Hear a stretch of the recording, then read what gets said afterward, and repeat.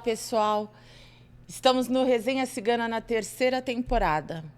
Eu aqui de volta, mãe Adriana da Cigana. Estou com um convidado hoje, que ele é nascido em Benim, na África Ocidental. Ele é um artista versátil e ele veio hoje para conversar aqui com a gente, desmistificar muitas coisas aí sobre Benim, sobre a cultura dele, né? Trazendo conteúdos. É um palestrante, tem formação em designer. No YouTube ele tem mais de 100 mil inscritos, não é isso? E nas redes vizinhas também. Vi lá mais de 560 mil curtidas nas redes vizinhas. E ele veio compartilhar aí as reflexões dele, cultura, falar um pouco de religião, falar um pouco de Benim, tirar as curiosidades e falar da sua trajetória. Seja muito bem-vindo, Mr. Pravi. Eu que agradeço pelo convite de estar aqui hoje para poder ter esse diálogo com você. E a oportunidade, né, da gente levar para outras pessoas mais conhecimento sobre o seu país, sobre a cultura, né? Sobre a comida de lá, como que é. A gente vai falar sobre tudo isso, né? Você veio para o Brasil com quantos anos? Eu vim para o Brasil com 23 anos. E já está há quanto aqui? Vamos descobrir aqui... sua idade. Estou aqui há 11 anos já. Na verdade, eu vou fazer 11 anos no mês de abril. 8 de abril vai dar 11 anos que eu estou no Brasil. Então, estou com 34 hoje. E o que fez você se decidir a vir para o Brasil? Acho que o destino é uma coisa que a gente não compra, a gente não decide. Chega um momento que a gente vive certas coisas. Eu nunca decidi vir para o Brasil. O Brasil nunca foi uma escolha minha assim, mas chegou um momento e a oportunidade apareceu. E todas os trajetórias que eu fiz, porque eu fiz uns processos para ir estudar fora, depois de ter o Enem do meu país, porque quem tem umas notas maiores pode decidir de estudar fora e tal, e o governo acompanha tudo isso. Eu fiz o processo para ir a outros países, do Brasil eu fiz para o último, só do Brasil que deu certo. Então eu acredito que certas coisas só acontecem quando a natureza decide. Está predestinado.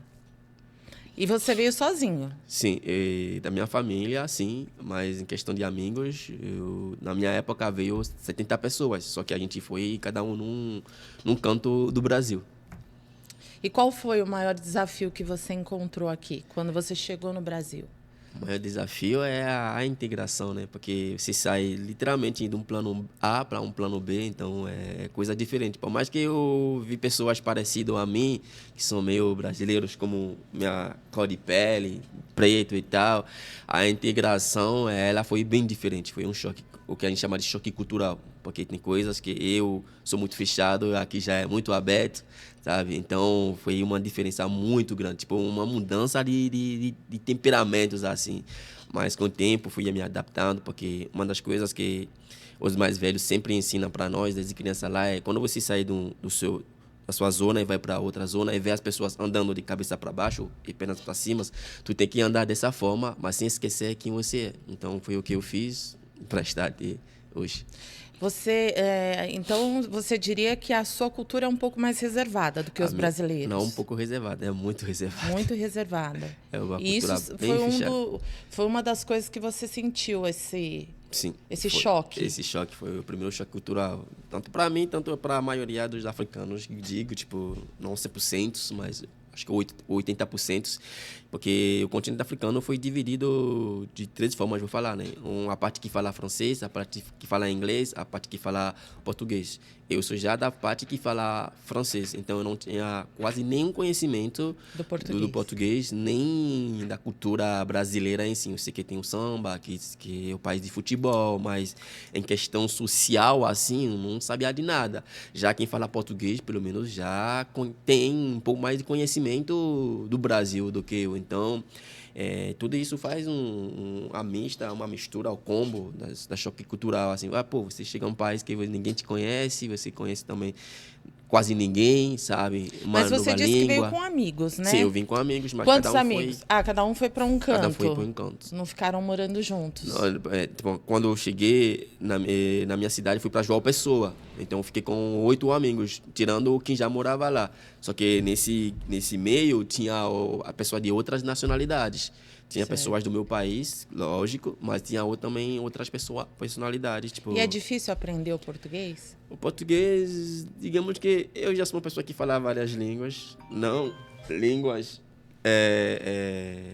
línguas estrangeiras, o francês que eu já falo, um pouco de inglês, e também no meu país tinha bastante línguas. Aí no Benin tem mais de 55 línguas. Então, eu já falo língua da minha mãe, do meu pai, dos meus amigos. Então, em questão de Então, aprender uma dentro do língua... Benin existem vários dialetos, seria? Então, tem dialetos e tem línguas. Isso eu vou O explicar. Fon seria o quê? O Fon é uma língua. Uma língua. Porque ela tem a estrutura de uma língua. Tá, Já o português é um dialeto. entendi. E o Yorubá? O Yorubá também é uma língua, só que tem alguns vertentes, então ele acaba... E no virando... Benin fala? No Benin tem Yorubá.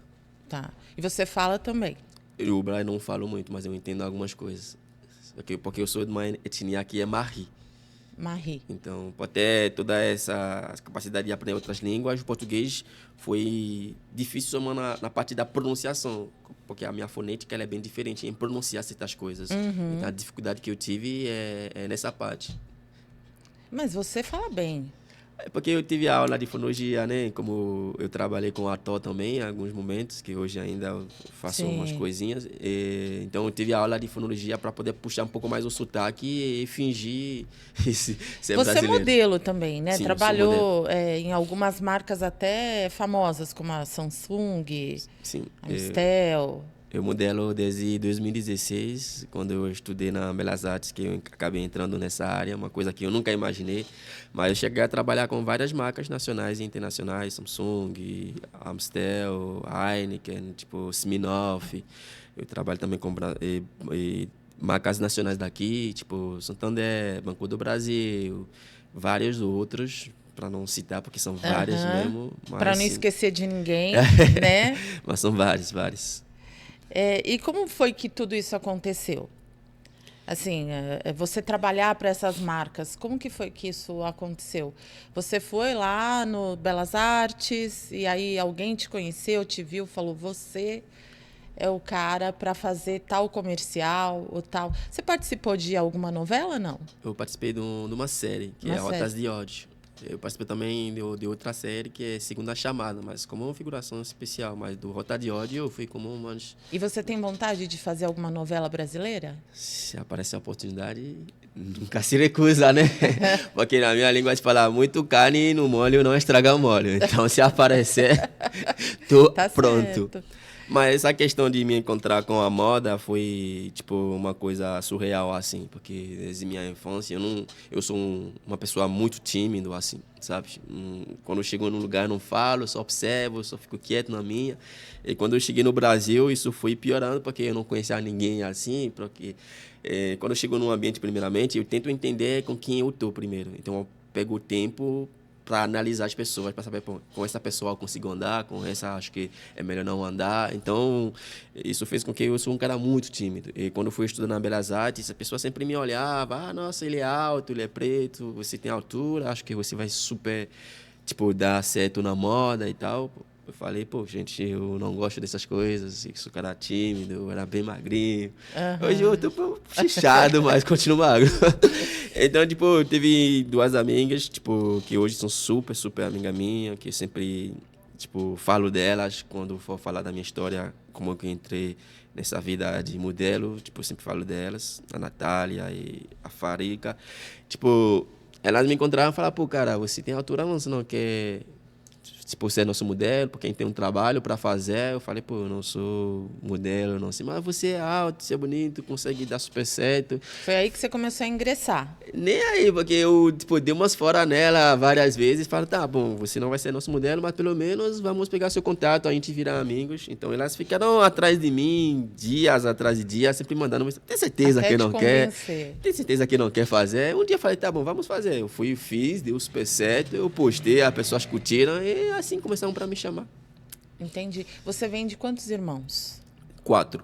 4 irmãos. Sim. 2 Homens? meninas Ah, tá. e 2 meninos. Eu sou caçula, eu sou mais novo da família. Falando em irmãos, em filhos, né? Eu ouvi falar que gêmeos em Benin, eles são considerados sagrados. Eu sou mãe de gêmeos, eu gostaria de entender um pouco essa questão. Ninguém gosta de mexer com gêmeos no Benin. Até tem rituais especiais para eles. Quando a mãe já sente que ela está gestante de gêmeos, ela já começa para seguir umas dietas bem diferentes das mães comuns, de uma gravidez normal, seja são meninos. Mas dieta que você fala de comer? De comer, de seguir umas linhas, de tipo... Tem uma linha que ela consegue seguir, porque... Religiosa, você fala? Religiosa, sim, religiosa. Porque na família sempre tem uns tios, umas tias que estão bem ligados em questões tradicionais, que eles acompanham a gravidez para não acontecer nada, porque os gêmeos são considerados deuses, mini deuses assim, porque eles têm poderes que um ser humano normal, igual eu, você, não tem. Então os gêmeos são... Mas é entre eles esses poderes? Eles têm uma ligação entre eles, entre os irmãos? Sim, entre os irmãos. E, tipo... Isso é cuidado já dentro do ventre da mãe? Dentro do ventre da mãe. E quando eles acabam nascendo, eles se tornam uma proteção para os pais, para o pai deles e a mãe, sabe? Porque eles protegem com várias coisas. Tipo, quem quiser fazer trabalhos, jogar uns feitiços e tal, esses gêmeos têm o poder de bloquear essas coisas. Quando você segue... Que poderoso isso, sim, hein? eles são bem poderosos. Bem poderosos. Muito interessante. Bem poderosos. E depois eu vou te perguntar nos bastidores alguma coisa assim que eu possa fazer. Mesmo depois de nascidos, dá para fazer. Não dá para fazer, mas tem que voltar, tipo, a base, né? Fazer tudo de novo, seguir uns rituais para poder acender essa chama que nunca foi acendido desde... Na sua família tem algum gêmeo? Tem bastante. Eu venho de uma família bem grande, porque só meu avô, a parte maternal, tipo, da minha mãe, meu avô teve 50 filhos. Então, uns 50? 50. Aqui no Brasil você fala em 4 filhos, 5, o pessoal já acha muito, né? Tem gente que nem quer, né? Mas eu entendo cada um. É verdade. Mas tem bastante gêmeos, tenho vários primos gêmeos. Eu, inclusive, já quis ser gêmeo, só que a natureza decide de outra forma, né? Sim. Mas você gostaria de ser gêmeo por todo esse poder ou porque você acha... Por todo esse poder também, e quando você começa para entrar na questão espiritual, entender certas coisas, você vê quão importante esses gêmeos, a característica deles são fodas, tipo, acaba facilitando certas coisas. Quando você segue as dietas e, tipo, a linha que os mais velhos vão te traçar, faz assim, que a sua hora vai sempre estar, tipo, aceso aqui para poder te ajudar em questões espirituais, assim. E hoje lá no seu país ainda existe aquela coisa de se reunir com os mais velhos, sentar na rua? Ainda existe ou... Ainda existe, mas tipo, uma cidade bem afastada como se fosse o interior daqui. Interiorzão mesmo, ainda existe essas coisas. Sua família veio para o Brasil, não? Não. Estão todos lá? Todos. Só que eu tenho um tio meu que sempre vem aqui, uma vez por ano, assim. Os irmãos todos lá? Todos. E qual foi o lado bom, assim, que você viu do Brasil, vindo de uma cultura, pelo que eu estou entendendo, completamente diferente, né? Qual foi o lado bom? Porque algo você viu de bom para estar aqui até hoje, né? Sim, lógico. Primeiramente, eu me sinto em casa, sabe? Acolhido, sabe? Mas dependendo da região, porque olha só o que aconteceu. Eu fui para o Nordeste, onde eu fui bem acolhido. Sim. Depois fui para Curitiba, onde é uma cultura bem mais fechada. Aí depois eu vim para São Paulo, onde é a mista, tipo, tem os dois lados e tudo. Então, eu acho isso incrível, como que o Brasil em si é uma faceta de várias outras coisas. Sim. Tá ligado? Essa questão da miscigenação mesmo, sabe? O colorismo mesmo, assim, tipo, eu acho isso muito incrível. O que eu acho muito mais incrível é como que muitas coisas que vêm da minha cultura, tipo, ficaram, tipo, vivas aqui, mas de uma forma um pouco mais diferente. Principalmente o candomblé. Bem mudado, né? Bem mudado, mas continua viva da forma que poderia sobreviver. Eu acho que foi a maneira que os escravos conseguiram trazer para cá, né? Porque eles tiveram que esconder um pouco algumas tradições para poder manter ali a crença que eles tinham, né? Sim. Então, talvez por isso um pouco dessa mudança aí. Que também por causa da questão das línguas, né? Porque o que a gente fala, a fala tem muito poder. Até na Bíblia, quando tipo, cuidado com o que você fala, que sai da sua boca, porque é mais, tipo, perigoso do que uma alma. Principalmente se tiver com ódio, né? Exatamente. Então, por eles terem saído de uma questão, de uma linguística diferente e vindo em outra, que é literalmente o português, então as formas de fazer as rezas, de fazer algumas encantações, elas mudam. Então, não vai ser o mesmo poder igual fizesse na mesma língua. Até você vai perceber. Você acha que não funciona do mesmo jeito? Não funciona. Quando eu tô falando português, você vai ver que a minha voz ela é um pouco mais fraca, ela é tal. Agora, assim, quando eu tô falando da minha língua materna, você vê que ela é mais poderosa, é mais forte, porque isso quem sou eu, tá ligado? Então, eu acho que teve essa mudança que agiu bastante, que fez com que certas coisas não tenham o mesmo poder igual tem lá. Mas então, quando eu for rezar em Urubá, eu tenho que falar direitinho. Se você consegue falar direitinho, é bom. Tá ligado? Se você consegue falar direitinho, seria bom. Mas se não consegue também, eu acho que o Brasil sobreviveu. Tipo, as crenças aqui sobreviveram de uma maneira que pelo menos hoje, continuam ajudando o povo. Porque se eu for negar a história brasileira, eu vou estar negando também a minha própria história. Porque, querendo ou não, é a minha história que veio aqui e deu uma continuidade, tá ligado? Então, eu acho muito incrível tudo isso. Verdade. No seu país, tem uma cultura aí muito rígida com relação aos penteados, né? Tô vendo você de trança aí, mas eu ouvi, você vai me confirmar, se eu estiver errada, você me corrige, que os homens não usam tranças lá. Não, os homens não usam tranças. E as mulheres não pintam os cabelos. Me fala um pouco, como que essa nova geração conseguiu... Ou lá no seu país não usa mesmo? Hoje usa. Hoje usa. Mas uns 20, 30 anos atrás era impossível. Por quê? Porque há esse tipo de tranças que é reservado às pessoas iniciadas em certo tipo de voodoo. Tá. Então, você, sem ter nenhum conhecimento disso, usando esses cortes, não é bom para você. E a outra questão é que o sistema europeu mexeu tanto com a educação africana, em certas formas, principalmente falar do meu país, onde você fazendo esse tipo de tranças, você é considerado bandido. Você é considerado um menino mal educado. Então, lá no seu país? Não, lá no meu país. Até hoje isso continua. Por mais que a juventude de hoje, com a chegada da era digital, tem acesso a muitas informações, vê o que está acontecendo nos seus países e tal, conseguem, tipo, exportar essa cultura para eles. Mas a base mesmo da nossa cultura não permite a gente fazer essas coisas. Por isso eu falei que a cultura africana é bem... tatuagem lá? Isso é pior. Pior? Quem faz tatuagem é que a gente chama de voodoo, sim. Voodoo, sim, que é as pessoas, tipo, iniciado ao voodoo. Porque, tipo, você com tatuagem, do jeito que você está assim, andando na rua, com certeza o policial vai te parar. É mesmo? Sim. É marginalizado. É muito marginalizado. Hoje, porque ninguém faz uma tatuagem colorida, assim. Quem fazia tatuagem e tal, eram as pessoas mais velhas, que são iniciados no voodoo, que é os voodoo e tal. Mas aí não seria aquelas cicatrizes que eles fazem no rosto? Então, tem cicatrizes e tem tatuagem. Cicatrizes é relacionado a questões para caracterizar essa pessoa pertence a tal etnia. No Benin, tem uma cidade que se chama Ouidah, principalmente onde onde se encontra as agudas, que são os retornados depois da abolição da escravidão, que eles têm uma característica, você vê tem uma parte lá onde eles fazem 2 cicatrizes aqui, 2 aqui e 2 aqui. E, automaticamente, quando você encontra uma pessoa assim na rua, você vai saber que tal pessoa é de tal etnia.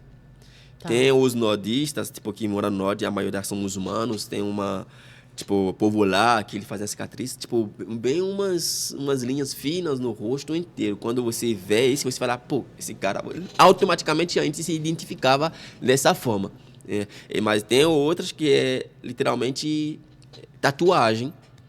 São símbolos a tatuagem, para identificar. Para identificar símbolos. que você vê, não, esse é iniciado em tal tipo de culto, esse é tal tipo de culto, mas só que a E modernização... quais seriam os símbolos, assim, uma estrela, uma...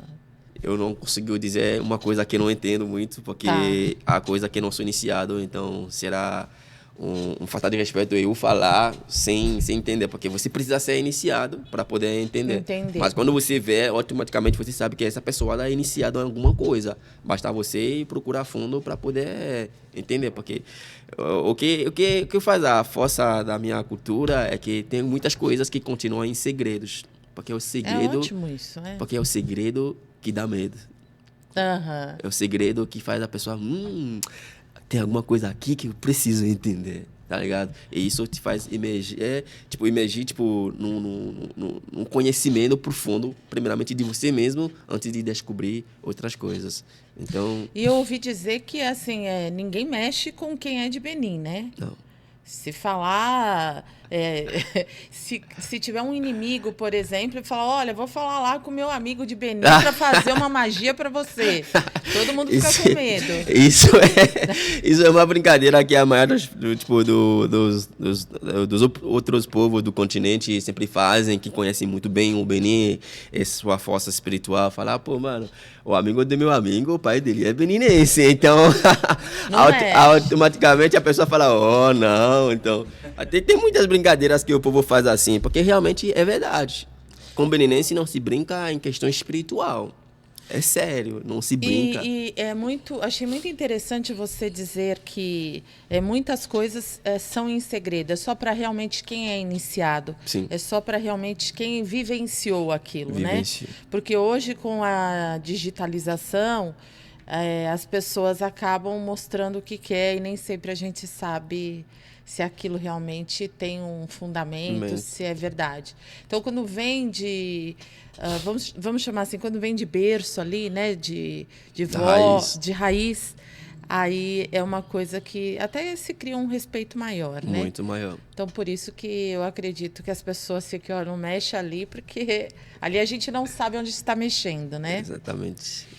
Inclusive, tem um post seu que eu vi, que você comenta do carnaval, né?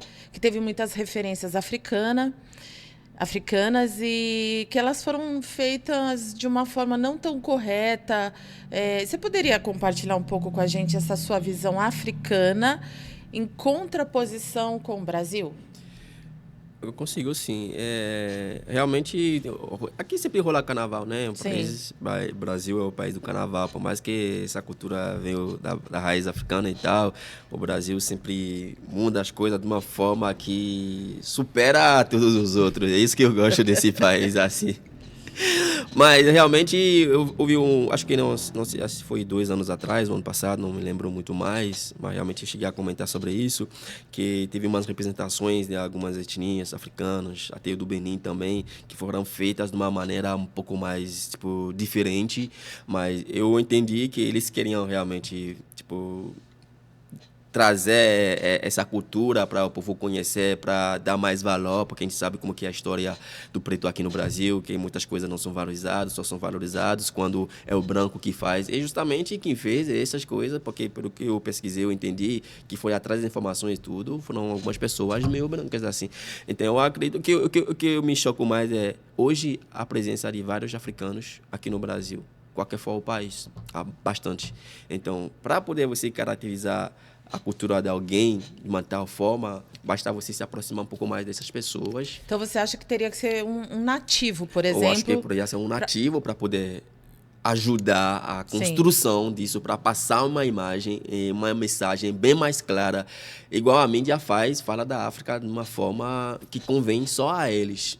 Não do jeito que convém a nós, porque a gente sabe que a história da africana, ela não começou na colonização, ela não começou na escravidão, ela começou bem antes disso. Mas toda vez quando a mídia quer falar, só se retrata a África em questões colonial, escravistas, essas coisas. Então, você querendo veicular a cultura do outro, por mais que essa cultura está bem presente aqui, você precisa também se aproximar do quem que veio da raiz para te ajudar na construção disso. A gente não está querendo tomar o lugar das pessoas, a gente só quer somar e ajudar na reconstrução da nossa história. É igual você me chamar aqui para falar da história dos índios. Pô, mano, o indígenas, desculpa o termo, tipo, será sacanagem, porque não eu vou falar o que eu aprendi na escola, o que eu vi na televisão, o que eu vi nos livros, o que não vivenciei. Tá ligado? Então, eu acho que o certo, às vezes, é essas escolas se aproximar de nós, não ir ler um livro ou apenas ver um documentário e achar que já sabe de tudo sobre a cultura africana. Nem eu sei de tudo sobre a cultura africana. Por mais que eu nasci, eu vivi lá mais de 20 anos antes de sair, eu não conheço nem toda a história do meu país, Benin, eu não conheço. A gente sempre está aprendendo, né? A gente tem que continuar aprendendo. Nos últimos anos, por conta da internet, né, vários vídeos se espalharam aí sobre o vodum. Qual que é o certo? Vodum. E essas informações, eu acho que os contextos são muito carentes, né? Mais aprofundados sobre as imagens que passam, por exemplo, sobre é um culto ou uma religião? Uma dúvida. Para nós culto, não é um culto. Um culto. Então, assim, essas imagens que eles passam desses cultos, né, de Zambeto. Essas imagens que eles passam são brutas, demoníacas, né? Não mostram o significado real da cultura, né? Então, embaixo daquelas estruturas que aparecem, né, que é muito falado, e vem uma chuva de comentários aí nas redes sociais, que muitas são infundadas.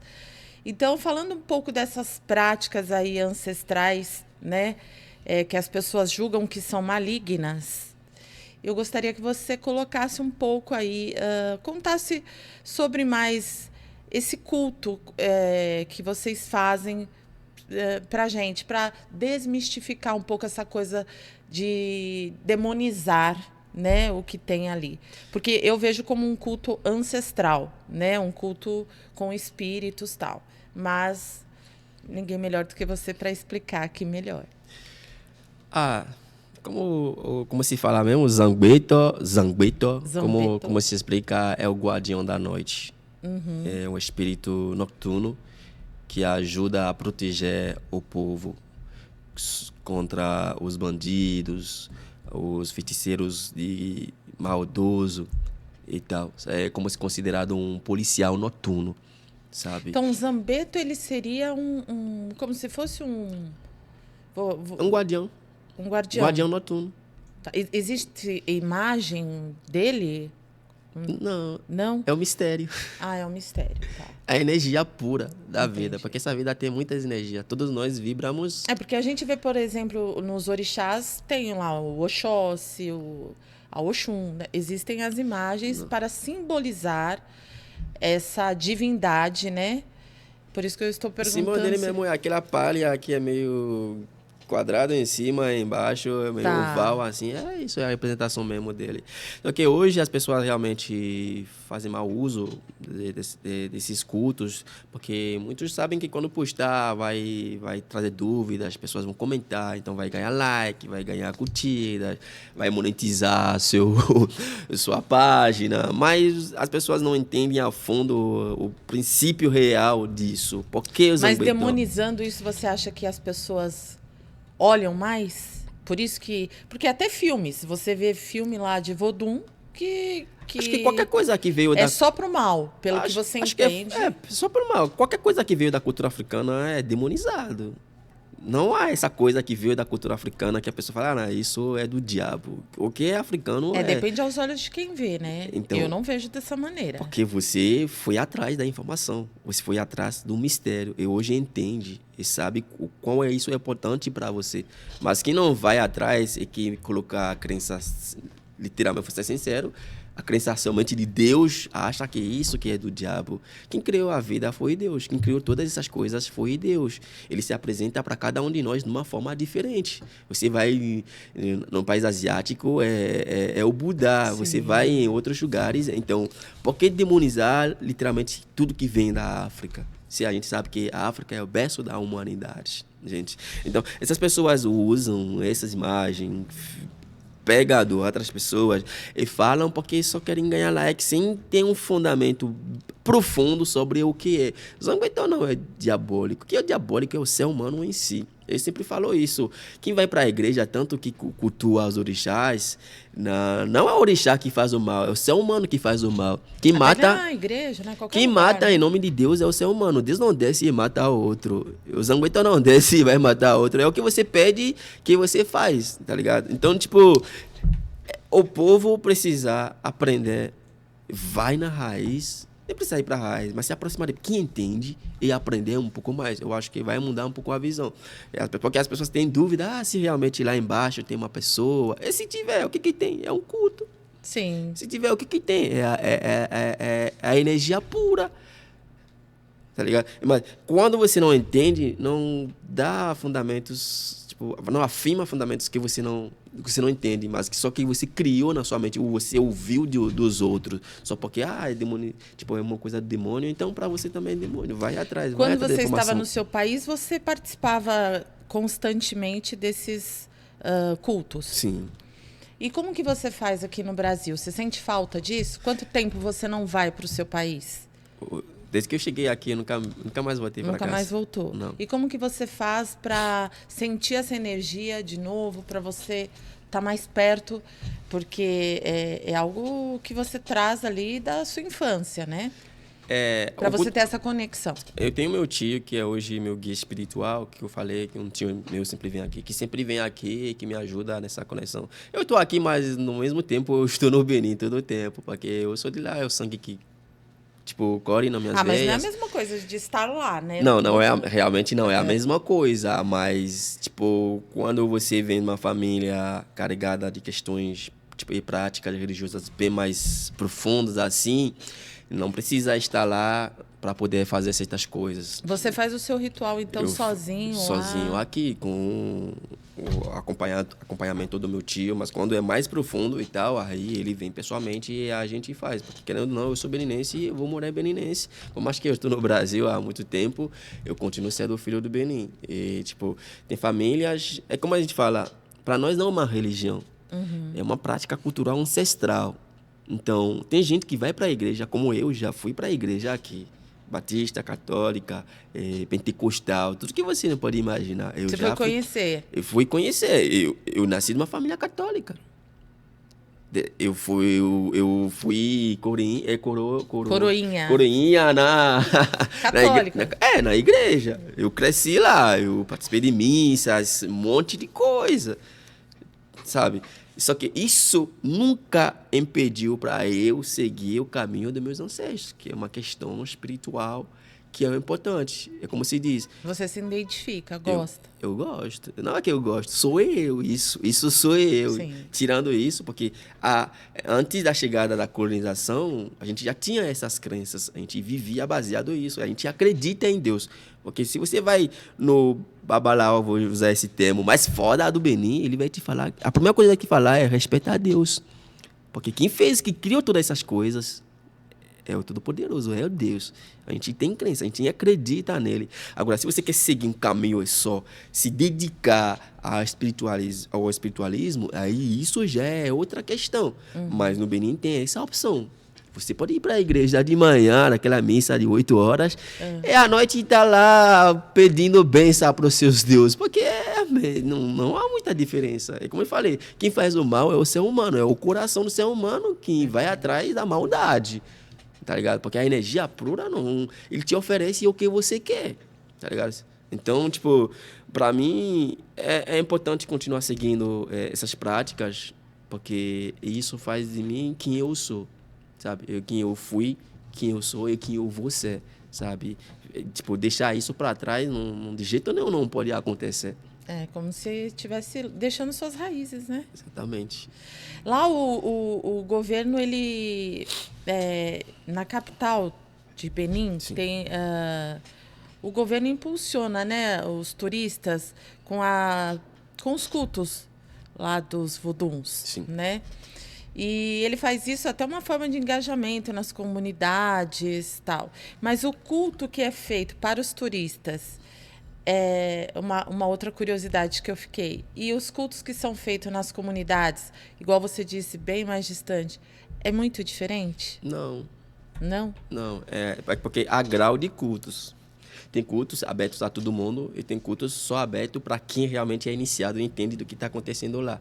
Porque, tipo, é como se você não sabe atirar. E te deram uma metralhadora para você atirar. Pô, você vai acatando tudo, porque você não tem controle para poder controlar isso. Mas se for um AK-9, uma pistola simples, básico, assim, você consegue pelo menos até segurar e tentar mirar e atirar. Existe uma preparação antes de você... Por exemplo, se eu for para lá, existe uma preparação, uma ritualística antes para eu participar desse culto? Sim, existe.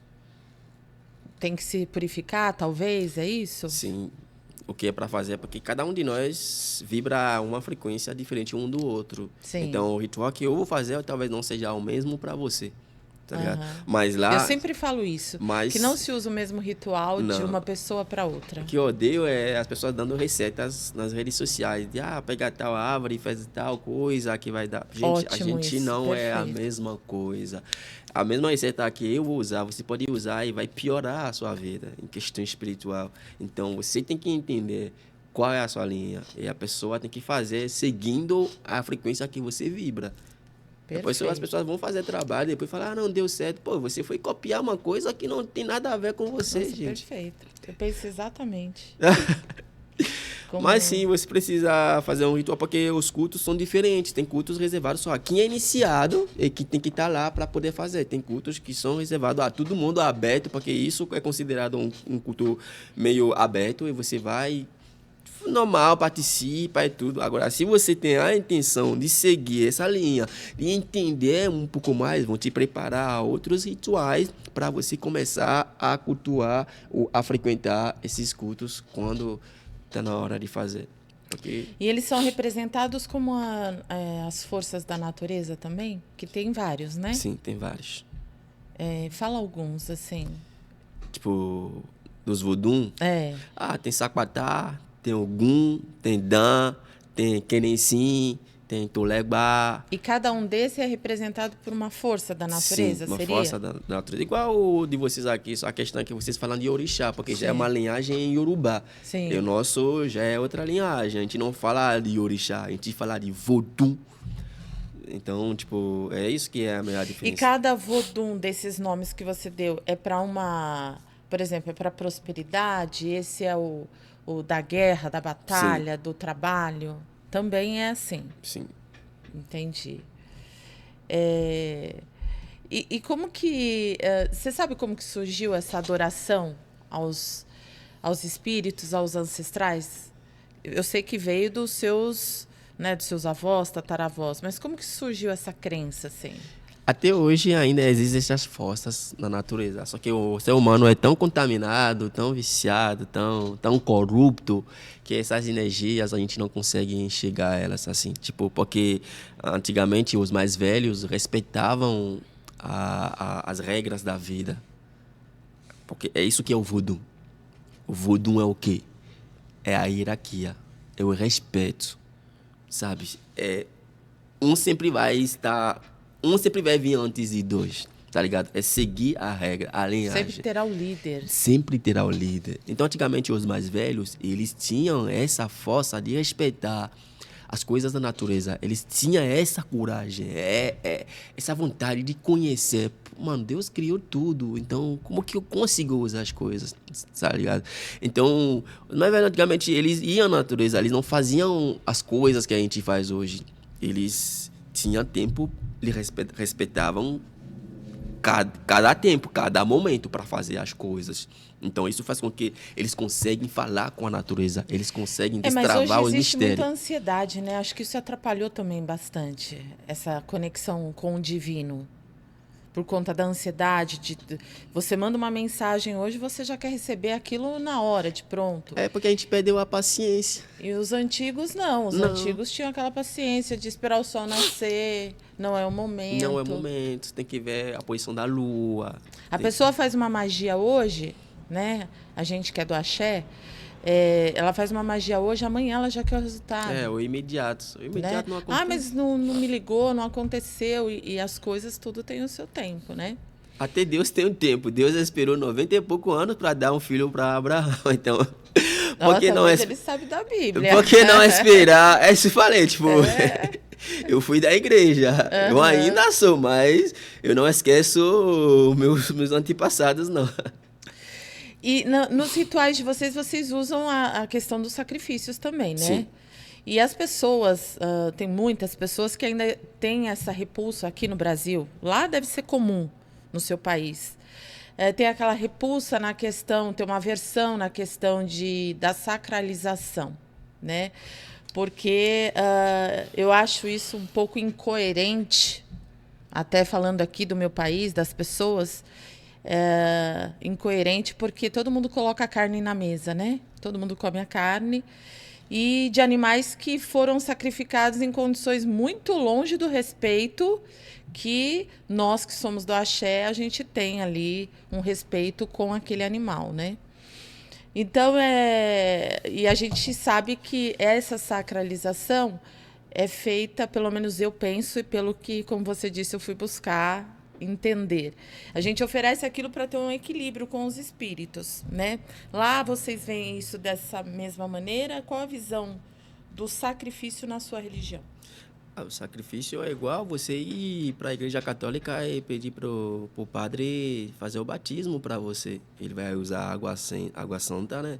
Que foi abençoado e tal. Então, a água santa é na religião, tipo... Na minha religião... Usa a hóstia, né? É igual o sangue. Até Deus, antigamente, quando você pega naquela época para fazer sacrifício a Deus, matava as vacas, as coisas, para oferecer o sangue. Isso no Primeiro Testamento, né? Sim, mas tipo, quem mudou o testamento depois? A gente não sabe. Eu não estou indo contra as crenças religiosas da Igreja Católica, Pentecostal, não. Mas é uma realidade que acontece. Tipo, para nós, sacrifício é importante. Para você pedir paz, bênção, proteção. É importante aquele sacrifício de, tipo, matar a galinha, matar uma vaca, um carneiro, uma coisa assim. Então, tipo, não há como fazer uma coisa assim sem sacrifício. Sim. A gente mesmo é sacrifício nessa vida aqui. O que tu não faz quando você tem filhos, quando você tem uma família, você se sacrifica para fazer as coisas, só que é de formas diferentes. Então, tipo, a religião vodun, o sacrifício é a base de tudo. Mas não se faz um sacrifício sem consultar o Fá. É Ifá, né? O Fá? Fá, na minha língua, é Fá. É Fá. É a língua em Yorubá que é Ifá. Tá. Mas que seria a mesma coisa? Sim, é quase a mesma coisa. É o mesmo oráculo? Mas só que é feito de formas diferentes, só. Tá. Mas quase é o mesmo. Tá. Mas não se faz nada sem consultar primeiramente o Fá. E você consultar o Fá vai te falar tal coisa. Então, em relação ao que o Fá vai te falar, que você vai fazer esses sacrifícios. Tem sacrifício que você não precisa matar nenhuma galinha.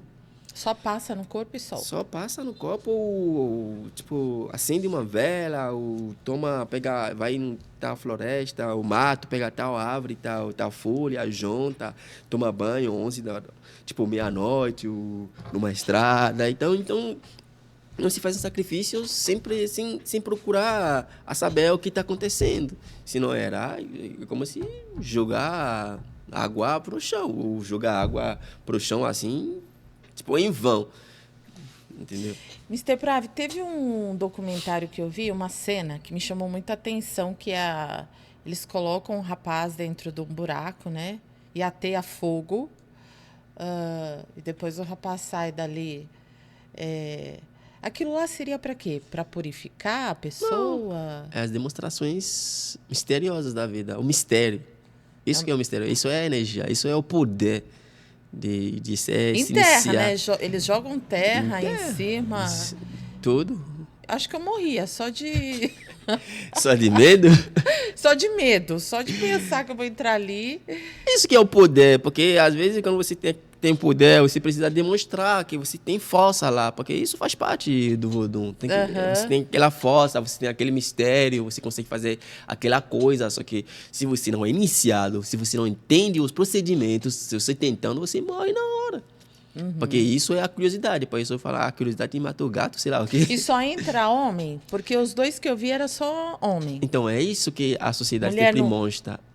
Mulher entra. entra? Em qualquer... Aqui vocês falam de casa. Lá a gente fala de agbalé. Agbalé, para esse tipo de coisa. Agbalé. Qualquer agbalé é uma coisa que você entra, você faz, que sempre manda... Às vezes é sempre uma mulher. Em tudo, coisas que acontecem no mundo do Vodun, quando a mulher não dá aquela pensa dela, não funciona. Olha. É porque a sociedade europeia trouxe o machismo para o mundo e as pessoas acham que o africano é machista, a mulher africana não tem visibilidade. Sim, em relação a comparar certas coisas, hoje eu posso concordar e, no mesmo tempo, discordar. Porque naquela época, você vê os mais velhos tinham respeito pela natureza e sabem os lugares da mulher na sociedade. E nas casas, que manda é a mulher. O homem trabalha, é a mulher que manda. E sempre foi estourado daquela época, assim. Então, isso permite que o homem tenha uma companheira de verdade, de fato.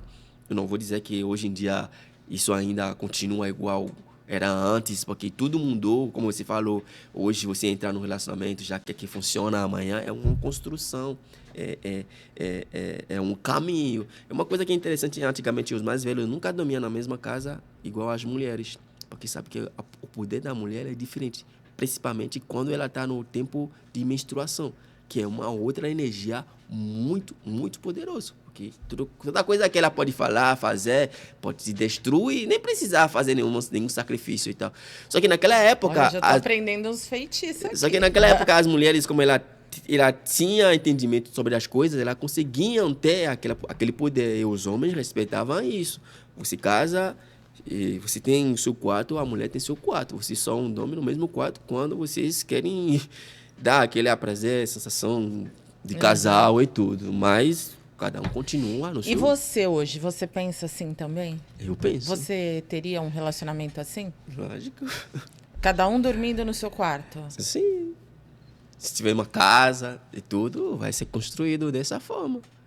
Isso é uma das principais diferenças dos relacionamentos do Benin com o Brasil. Sim, mas que isso hoje já muda, porque o neocolonialismo ela é tão forte que o jovem hoje quer viver igual o branco. E muitas coisas que eram passadas para nós, até a minha geração ainda tinha essa vontade de manter as tradições ancestrais, sabe? Mas uma coisa que não mudou e acho que nunca vai mudar é a questão de, antes de você morar com uma menina, você tem que ir conhecer a família dele. Porque como se fala no Você acha que sua família aceitaria uma brasileira? Por que não? Isso é minha escolha. A gente já saiu da época onde Não, os eu pais... digo isso porque você veja bem, em alguns países muçulmanos, judeus, japoneses, é muito difícil você ver chinês casado com uma... Não que não exista, né? Não que não tenha, mas é muito mais difícil, porque são outras culturas, outros costumes, né? Então, por isso que eu te pergunto, porque você vem de um país bem reservado e muito tradicional. Sim. Por isso que eu estou te perguntando, sua família talvez aceitaria, porque as brasileiras são mais, né? mais soltas, mais... Aceitariam, de boa. Já aceitam, porque eu estou aqui há muito tempo, já me relacionei, eu me relaciono. Então, conhecem as minhas parceiras, que já tive, que eu tenho, Então, isso não é uma questão e tal, porque... Mas lá, se você morasse lá, talvez não, né? Acho que sim. Porque tem gente lá que que mora lá e casou com pessoas de outras religiões, tipo, outra nacionalidade e tal. Não tem problema em relação a isso. É porque nos vídeos que a gente vê, eu quase não vejo branca. Nos vídeos que a gente vê no YouTube, né? Eu pesquisei bastante antes de trazer você aqui. Olhei alguns vídeos de pessoas que vão até Benin. Porque o Benin é um país 100% de pessoas pretas, igual eu. Então, só vai encontrar o branco se você sair de lá e vai morar fora. Ou vai para passear. Ou se aquela pessoa vai lá morar no Benin e morar lá. Senão, a maioria do tempo é entre nós. Uhum. Mas hoje tem muitas pessoas que... Não tem essa mistificação que tem aqui no Brasil, por exemplo. Não. Né? Não tem. Lá você sai e encontra a pessoa... Com quem você vai comprar pão na padaria é um preto. Com quem você vai pegar Uber é um preto. No mercado é um preto. Com quem você vai pro show é um preto. Quem vai cantar é um preto. Então tu não tem escolha. Se quer mais branquinho, um branco, tu viaja, vai onde tem. Entendi. E tem que viajar muito para achar um? Tem que ir em outro país, né? Tem que ir pra Europa, né? Ou vir pro Brasil. Ou ir pros Estados Unidos. Ir nos países onde tem, mas... Tipo, dentro do Benin, em vários países da África, muito engraçado. A gente se relaciona entre nós. Você vai num show, é o preto. Vai comprar pão, é preto. É tudo preto. Qual artista Vamos lá, qual artista brasileiro que você mais admira, assim, e um africano? Artista brasileiro que eu admiro muito? Sim. Que eu escuto, assim... Isso. Poxa, tem alguns, hein? Tem bastante. Tem a Isa, que eu escuto também. Tem Ricon Sapien, que é meu mano, que eu adoro. Que, de todos os artistas brasileiros, eu acho que é ele que é mais próximo, que chega na música... Ricon Sapiens. Que chega na musicalidade africana, sabe? Que eu admiro, que eu acompanho... Que é meu brother, assim, que eu gosto muito das músicas dele e tal. E africano, fala um pra nós aí. Africano que mora aqui no Brasil? Não, pode ser de lá mesmo, que você goste das músicas, que você goste... Até mesmo pra gente depois pesquisar. Tem bastante. Tem Kiss Daniel, tem Vano Baby, que já é beninense. Kiss Daniel já é nigeriano. Tem Davido, tem Wizkid. Sabe o que eu gosto bastante dos filmes nigerianos? Que lá é Hollywood, né? É Nollywood. Nollywood. Isso mesmo. Gosto bastante dos filmes. Você gosta de assistir, não? Eu já assisti bastante. Eu assisto hoje ainda, porque ele retrata a realidade um pouco do país, né? Aqui no Brasil não tem muito. Alguns na Netflix tem, né? Mas... Hoje está tendo os continentes africanos, porque no Hollywood produz mais filme do que o Hollywood. Mas pode ser umas produções meio pretas, né? Sem muitas verbas, às vezes sem muitas visibilidade, porque, como eu te falei... Mas você consegue ver a maioria aonde? No YouTube mesmo? Tem bastante no YouTube, só que não tem tradução para português, né? Porque o Brasil é tão isolado que o que chegar do Brasil para nós é pouco. O Brasil chega muito mais nos países que falam já português, que é Angola, Moçambique, Cabo Verde. Mas para nós que estão lá no fundão, tipo, no costa oeste, onde fala francês, inglês e tal, a gente conhece o Brasil pelo carnaval, pelo futebol. Você fala o francês e o inglês? Meu inglês não é tão 100% assim, mas sim. E aí você fala francês, a sua língua, e né? As línguas do meu país. Do seu país? Sim. E o português? O português. É um poliglota. Digamos. E o presidente de Benin, ele disse que vai conceder cidadania beniense. Já está concedendo. Já? Para todos os afrodescendentes. Já está concedendo. Então. Já tem. Era uma dúvida que eu... Tem uma escritora brasileira cá, esqueci bem o nome, como se pronuncia, que foi lá ultimamente, que é a primeira afrodescendente brasileira que teve a nacionalidade beninense. Entendi. E quais são os seus planos agora para o futuro? Meus planos? Muitos planos. Os planos que tenho é continuar construindo a minha história aqui, porque, como eu falo, o Brasil está me vendo crescer. O Benin só me viu nascer, né? Porque tudo que eu construí... Você pretende voltar para lá quando? Porque sua mãe está lá. Você tem mãe e pai vivo? Meu pai já faleceu quando eu tinha 4 anos. Não conheci muito meu pai. Mas minha mãe, sim, ainda está viva. E você faz planos? É muito caro ir para o Benin? 7 mil. E de volta ou só ida? E daí volta, se você comprar uns 3 meses antecipado. Dá para Não, fazer uma poupança aí. já teve a oportunidade de ir várias vezes, só que eu tenho uma missão, tipo, eu preciso É que São finalizar. Paulo consome, né? São Paulo consome muito. A gente nunca tem tempo para nada. Tem que ter, mas você às vezes sente que sempre tem alguma coisa que tá faltando para você fazer. Quando você for para lá, você tem que ficar pelo menos o quê? Um mês? Não, máximo 1 semana, 2 semanas. Entendi. Você aconselha uma pessoa que não conhece nada de lá ir sozinho? Sim. É? Sim. Benin é um país muito acolhedor.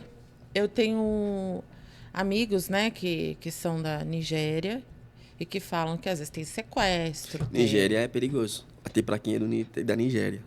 Ah, tá. Até quem é do Benin, igual a eu, ir para Nigéria, não é... Desculpa. Não é muito aconselhável. É sério, Nigéria não é para amador. Lá não é para amador. Não. Você tem que ter forças sobrenaturais. Mentira, brincadeira. Mas Nigéria não é para qualquer pessoa. Para ir para Nigéria, você precisa de uma guia que entende muito bem, porque você entrando em alguns lugares, tá? Ou ir você com nunca alguém que já é nativo de lá. Nativo de lá. Senão você entra em alguns lugares, você nunca mais sai. Já o Benin é diferente. O Benin é um país muito laico, porque lá, tipo, inclusive Ouidah, onde é uma das cidades, tipo, bem histórico de lá, tem um bairro onde tem uma igreja católica, pentecostal, tem um templo do Vodun, é uma mesquita, tudo no mesmo bairro e todo mundo se respeita. Então, em questão religiosa e tal, a gente não tem problema. Inclusive, tem um pintor brasileiro, né? Que é o Cobra, se chama Cobra. Cobra, que faz aqueles negócios no muro, Sim. grafite e tal, que fez o muro mais longo de grafite da África, que está no Benin, de 12 metros, assim, onde você vê as 12 nações do Benin, tipo, se abraçando assim, tipo, para mostrar como que a gente é... O beninense não tem problema com ninguém, o beninense só tem problema com o beninense. É isso que é a realidade, o beninense não tem problema com o vizinho. Mas entre nós, sim, temos nossos problemas. Mas com outra nacionalidade, a gente te acolhe, capaz de esquecer o próprio irmão para te dar mais satisfação quando você é estrangeiro. Mas entre nós, a gente tem as nossas brigas, mas com o outro a gente não tem. O que a gente odeia é ser banalizado. Você vê que eu sou um Zé Ninguém. Beninense odeia isso. Beninense odeia que, tipo, não vale nada. Isso, desprezo, o beninense não gosta. Ele não vai mexer nas suas coisas, mas se tu mexer nas suas coisas dele, ele te mata lentamente. Então, minha próxima viagem, quando eu for planejar, eu vou para lá. Tu vai gostar. Comida.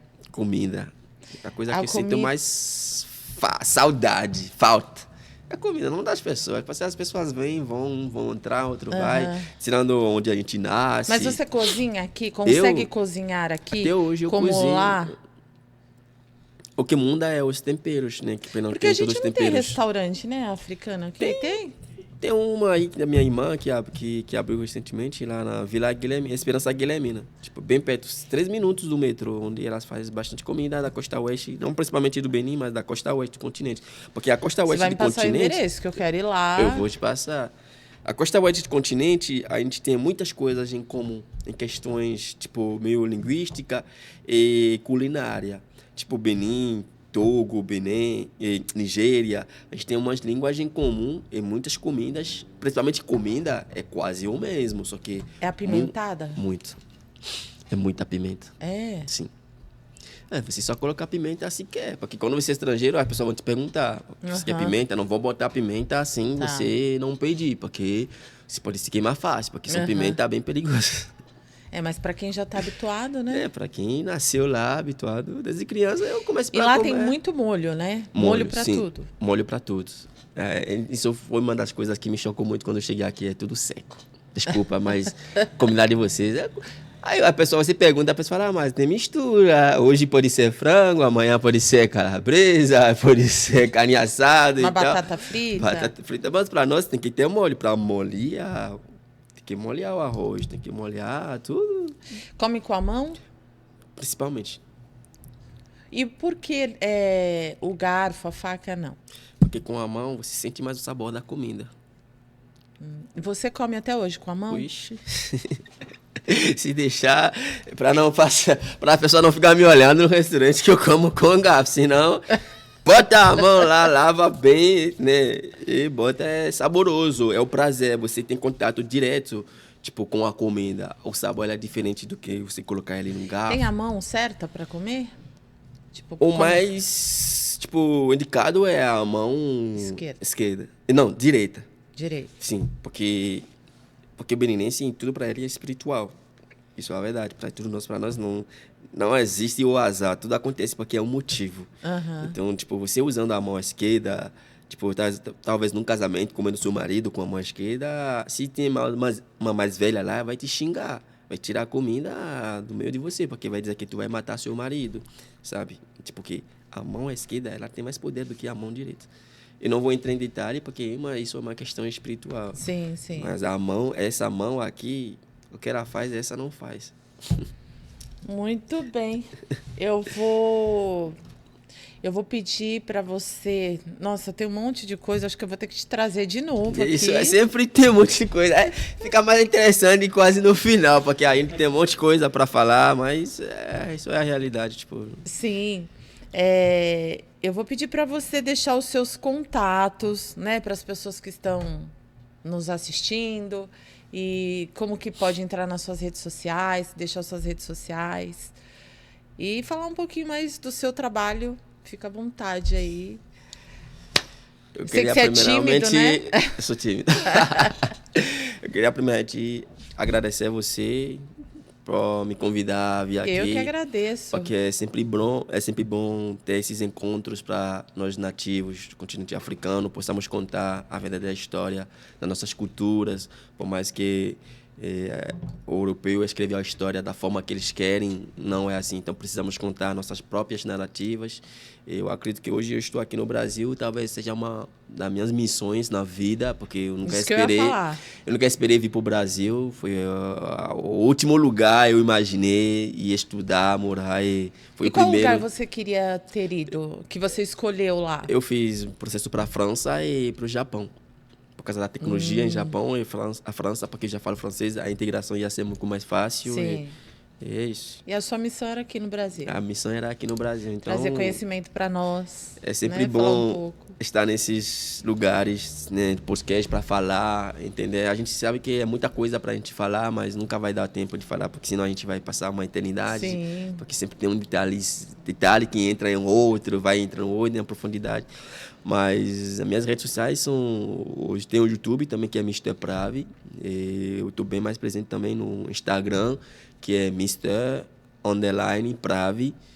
No TikTok também é colocar Mr. Prave, vai aparecer a minha carinha. Então, quiser chamar lá, trocar ideia, que gosto de trocar ideia, conversar, ensinar, porque essa vida é a aprendizagem, né? Sim, é isso. Sim. Hoje eu continuo modelando, sim, modelo, mas meu foco principal hoje em dia é ser diretor artístico. Eu já estou entrando nessa parte, eu faço direção de clipe, eu faço um pouco de roteiro também, direção criativa. Olha, eu faço edição. Levar ele para fazer uns roteiros aí. Eu faço edição de vídeo, de foto, porque eu sou designer, eu sou formado nisso. E também eu estou atuando na área como designer. Então, tudo que aparece eu faço, né? Porque estrangeiro longe de casa precisa pagar contas. A gente não vive aqui no Brasil de graça. Muitas pessoas acham isso, não. A gente paga conta, participa para a economia brasileira crescer e tal. E hoje eu me sinto em casa aqui, eu já sou brasileiro, tá ligado, né? Tá certo. E eu também quero agradecer, né, por ter vindo, por ter aceitado meu convite. As portas do Resenha Cigana tá aberta para quando você quiser vir. Se tiver um amigo também quiser vir junto para compartilhar, né? Você falou que tem uns amigos também que são nativos. Nativos, sim. E aí fica uma conversa bem bacana. A gente pode marcar aí um segundo encontro. Vamos, já está marcado. Vocês que ficam no aguardo. No aguardo. Também quero aqui aproveitar, né, para fazer uma propaganda para minha irmã, que abriu o restaurante, que fica aqui na Guilherme na Esperança, 3 minutos do metrô, na rua... Como chama o restaurante? O Adunu. O Adunu é em Fon, que significa vem comer. O Adunu. O A que é vem, do nu comer. Então, vem comer. Na Guilherme na Esperança, bem perto do metrô, 3 minutos. Tipo, Rua Bará do Jequitai, número 100. Ela tá lá de terça até domingo vendendo comida africana. Principalmente da costa oeste do continente. Já vou lá para experimentar. Para conhecer. Comida do Ghana, tipo Benin, Nigéria, Togo. Tu vai encontrar tudo lá. E vai lá. E lava a mão, não esquece não. Tá? Como com a mão lá? Não tem garfo? Tem garfo. Você fica, mas se quiser viver a experiência mesmo, tem que ser... Prato de barro? Prato de barro é a escolha. Muito bem. Bom, gente, ficamos aqui com mais um Resenha Cigana. Vou deixar o meu contato aqui, que é o 11 98433 7992, para quem quiser jogo de búzios, cartas, quiser conhecer as minhas outras redes também, que é o @CabanaCiganaOficial, né? Entra lá e estarei aqui com o próximo convidado muito que em breve, e axé a todos. Axé. E é isso.